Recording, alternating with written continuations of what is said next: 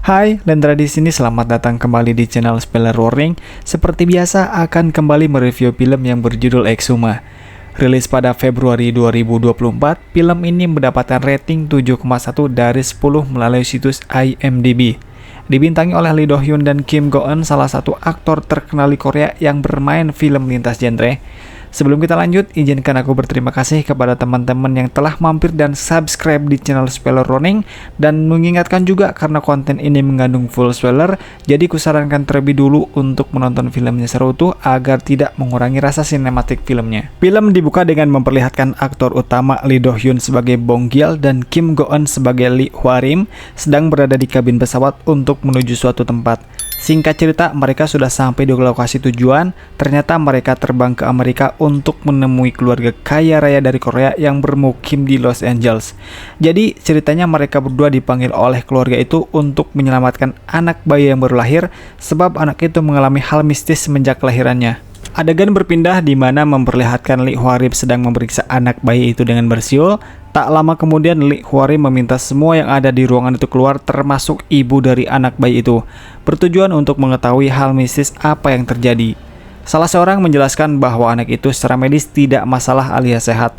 Lalu apa yang terjadi? Ceritanya mereka tidak percaya tahayul atau hal mistis. Pertanyaannya, kenapa masih saja memanggil dukun untuk menyelamatkan bayi itu? Dan jawabannya adalah karena salah satu orang terdekat keluarga mereka menyarankan untuk memanggil para dukun. Di adegan ini kita akan berkenalan dengan Park Ji Young sebagai ayah dari anak itu. Dalam adegan ini dia menceritakan bahwa adiknya bunuh diri di rumah sakit jiwa. Tak lama berselang, putraku yang baru lahir mengalami hal mistis. Dukun itu kemudian mengatakan, "Semenjak aku datang ke rumah ini, aku melihat bayangan besar, bayangan yang menekan garis keturunan keluarga ini. Menurutku itu kakekmu," ucap Hwa Rim. Singkatnya, dalam percakapan ini, dukun itu menyarankan untuk menggali kuburan leluhur keluarga itu yang sudah dulu meninggal untuk dilakukan ritual dengan harapan leluhur mereka tidak mengganggu keturunannya lagi. Adegan berpindah di mana kita akan berkenalan dengan Kim, seorang ahli Feng Shui, dan Yonggeun, seorang petugas makam sedang menggali kuburan keluarga kaya raya untuk dipindahkan. Saat melakukan proses pembersihan dan pengangkatan tulang jenazah, Yonggeun masih menyempatkan untuk mencuri salah satu perhiasan yang ditinggalkan dalam peti itu. Singkat cerita, tulang jenazah sudah semua diangkat, disaksikan oleh semua keluarga yang hadir dalam proses itu. Namun Kim menjelaskan ada yang hilang dari jenazah itu. Ia mengatakan gigi palsu nenek ada yang mengambilnya. Semua orang terdiam dan tertuju kepada cucu dari jenazah, sambil cucu itu menjelaskan, "Aku mengambil gigi nenek karena sayang banget sama nenek, jadi aku mengambil gigi nenek sebagai kenang-kenangan." Kamera berpindah memperlihatkan pertemuan antara Lee Hwa Rim, Bong Gil bersama Kim dan Yonggeun di sebuah tempat makan.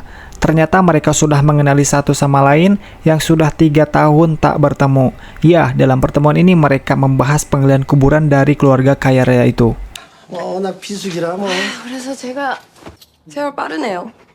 어째 자고 데리고 다닌다고 하긴 버릇 나빠지다. Singkat cerita, mereka pergi ke suatu tempat untuk bertemu dengan kliennya. Kim itu sendiri membicarakan tentang pemindahan kuburan yang akan dilakukan. Kim yang berperan sebagai ketua dalam pemindahan makam ini melakukan obrolan bersama Park Ji Young menanyakan semua identitas kakeknya. Park Ji Young memerintahkan segala bentuk apapun yang dilakukan dan yang terjadi untuk menjaga rahasianya sama siapapun, serta ia meminta untuk segera mengkremasi jenazah kakeknya. 아니 근데 이 사람은 얼마나 부자길래?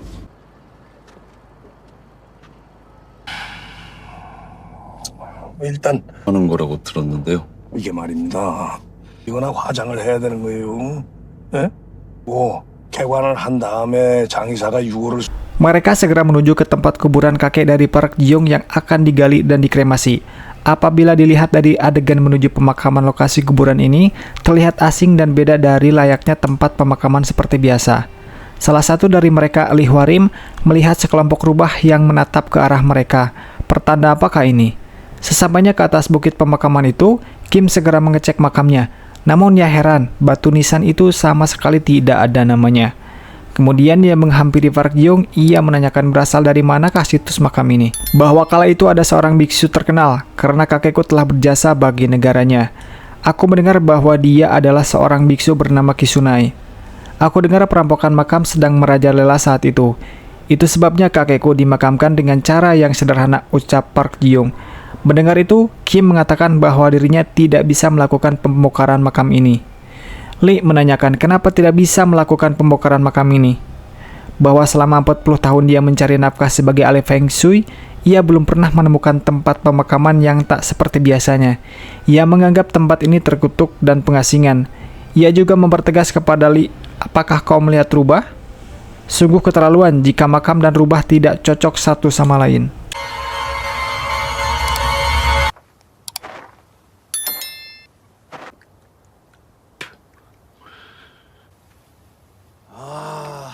용이 여기 이북도 보이네? 어? 이북도 보여. 뭐가 있어? 내가 못할 것 같습니다. 직원부터 일하는 사람들까지 싸그리면 여기 듣도 보도 못하는 택이야. 절대 사람이 누워있을 자리가 아니야. Adegan berpindah di suatu hotel. Diketahui bahwa Kim saat ini sedang mempunyai anak perempuan yang akan segera menikah. Saat ini ia sedang menempuh pendidikan dirgantara di Institut Teknologi Advance. Sekarang ia bekerja untuk maskapai penerbangan Jerman. Di sela-sela percakapan itu, Park Ji-young mengatakan tolong selamatkan anakku, yang berarti ia meminta untuk melakukan penggalian kuburan kakeknya. Kim menjawab, apakah kau menyembunyikan sesuatu dari kami? Bagaimana dengan titik koordinat yang ada di belakang batu nisan kakekmu? Koordinat itu menunjukkan ke biksu bernama Kisunai. Aku tidak tahu siapa itu. Park Ji-young hanya mengatakan, aku tidak menyembunyikan apapun dari kalian. Tak lama, Lee menyarankan bagaimana jika pembongkaran makam itu menggunakan teknik ritual. 누나들이에요. 이거 씨뿔을 딸내미 하나 있어. 아이고. 재밌네요. 우주공학 전공해서 지금 독일에서 항공에서 다니고 있어요. 아주 비슷한 구석이 많은 분야예요. 응? 물, 불, 쇠, 그리고 또 나무. 그게 무슨 말씀이신지. 383417. 박재웅 씨 우리한테 뭐 숨기는 거 있죠? 우주공학이라니. 이게 말이요. 그 둘을 살려주세요. 가는 거고 또 이게 우주공학이라는 게 말이요. 그럼 왜 이래요? 답을 알고 있으면서. Singkat cerita, ritual pun dilakukan dengan bantuan dari 5 karyawan yang memiliki Feng Shui babi dan saling berhubungan dengan 5 kepala. Kelima rambut karyawan itu masing-masing rambutnya dimasukkan ke dalam mulut babi. Ritual akan segera dilakukan. Terlihat Lee bersiap melakukan tugasnya masing-masing. Ia dirasuki arwah mengikuti irama gendang yang ditabuh. Sementara Bonggil bertugas menambung genderang itu dengan bergemuruh. 감소공 박공 시사 유하공의 33천 지하공의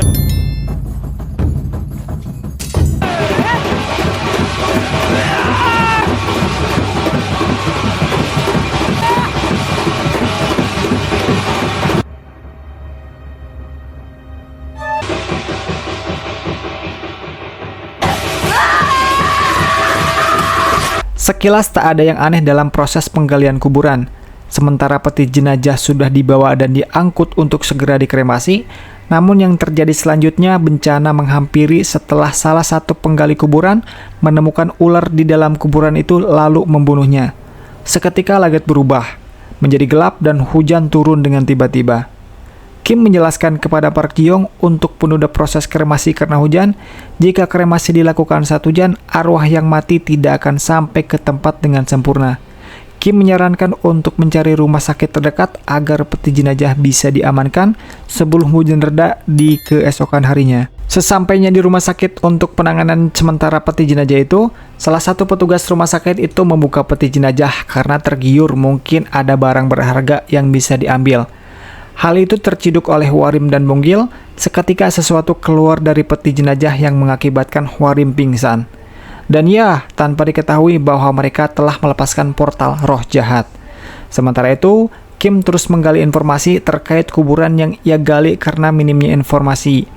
Ia mendatangi salah satu kuil yang tak jauh dari lokasi kuburan itu. Di sana ia bertemu dengan salah satu biksu tua. Biksu itu menjelaskan, rumornya pada masa lalu ada harta karun yang terkubur di makam itu.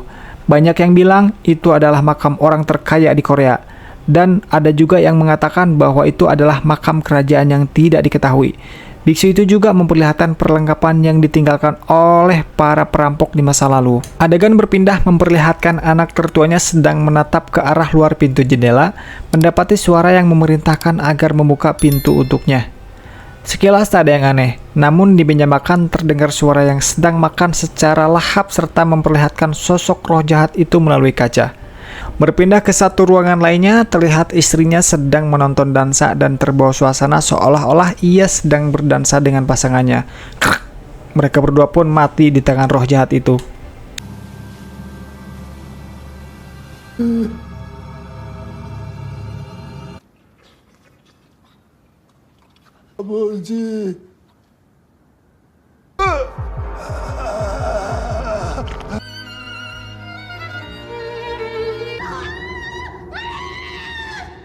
Sementara itu, Lee Hwarim sedang melakukan mediasi bersama roh jahat, menanyakan apa keinginan dia selama ini.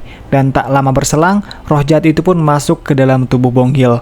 Maka terkuaklah, ia ternyata menginginkan membawa semua anak cucu dan keturunannya. Park Ju pun mendapati telepon dari Kim yang akan segera menuju ke sana. Karena sesuatu telah terjadi, sebab arwah kakeknya sedang menuju arahnya yang akan membahayakan dirinya. Dan tanpa diduga, ia pun mati di tangan arwah kakeknya sendiri karena telepon yang ia terima bukanlah dari Kim. Dengan telah meninggalnya keturunan kakek itu, Kim meminta persetujuan kepada bibi Park Ji-young untuk segera mengkremasi peti mati ini agar keturunan mereka selamat, tidak ada korban selanjutnya. Saat ini, arwah dari kakek itu sedang menuju ke Amerika untuk mencari keturunan lainnya. Bibi pun menyetujui proses kremasi. 정물은 모르겠습니다. 아무튼 빨리 화장을 해야 된다고.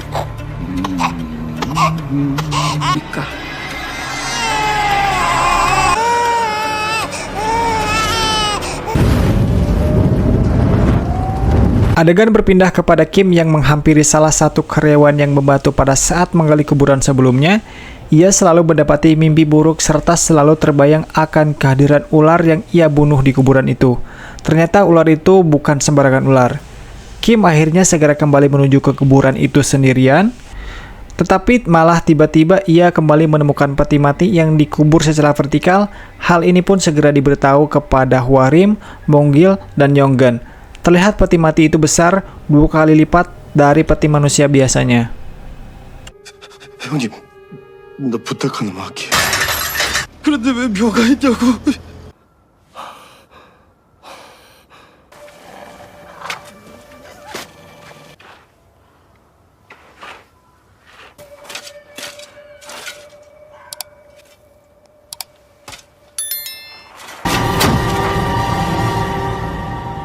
Singkat cerita, mereka membawa peti mati itu ke kuil yang Kim kunjungi sebelumnya. Ia juga meminta izin untuk ikut bermalam. Dan sementara itu di kuil, ia juga memberitahu bahwa keluarganya yang dari Amerika akan segera datang. Biksu itu terheran-heran apa ini sebenarnya, terheran dengan peti mati yang sangat begitu besar. Segera Hwarim meminta beras ketan kepada biksu untuk menangkal roh jahat yang ditaburkan di sekeliling peti mati itu. Agar penangkalnya lebih kuat, ia juga memerintahkan Bong-gil untuk mengambil darah kuda di dalam mobil. Dan singkat ceritanya, keluarga dari Amerika telah tiba, yakni anaknya. Ia juga menanyakan apa yang terjadi sebenarnya, sehingga ada peti mati yang bertumpuk dalam kuburannya. Kim menjelaskan, melalui informasi dari Minju, ternyata ayahmu adalah orang yang cukup terkenal dalam hal pengkhianatan. Itu sebabnya biksu itu menghukum ayahmu. Anaknya pun menjawab, biksu itu bernama Kisunai, berkebangsaan Jepang. Konon namanya Murayama Junji. Aku mendengar bahwa dia adalah seorang yang memiliki pemahaman menyeluruh tentang geografi Korea Utara. Di tengah malam dalam tidurnya, Bong-gil diganggu oleh arwah itu. Kalau kata orang Garut mah ditindihan ku erep-erep, namun bukan Bong-gil namanya. Meskipun ia tertidur, masih tetap bisa mengendalikan dan mengusir arwah itu. Setelah terbangun dari tidurnya, ia langsung pergi untuk mengecek peti mati. Tetapi apa yang terjadi, ia malah melihat biksu itu sedang diorek-orek oleh arwah yang ada dalam peti itu. Ia pun segera memberitahu Hwarim atas kejadian apa yang ia lihat sebelumnya.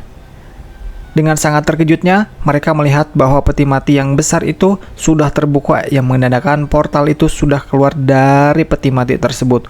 Hwarim segera memerintahkan Bong-gil untuk segera membangunkan semua orang.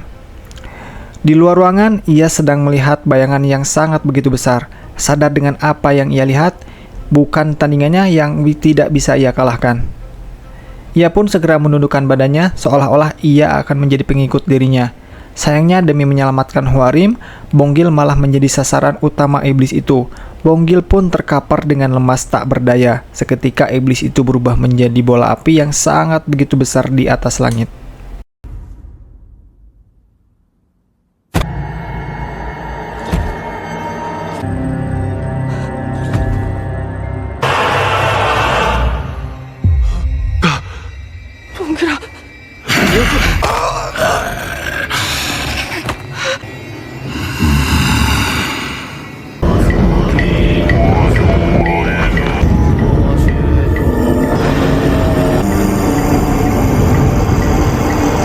Kini Bonggil dilarikan ke rumah sakit untuk mendapatkan pertolongan.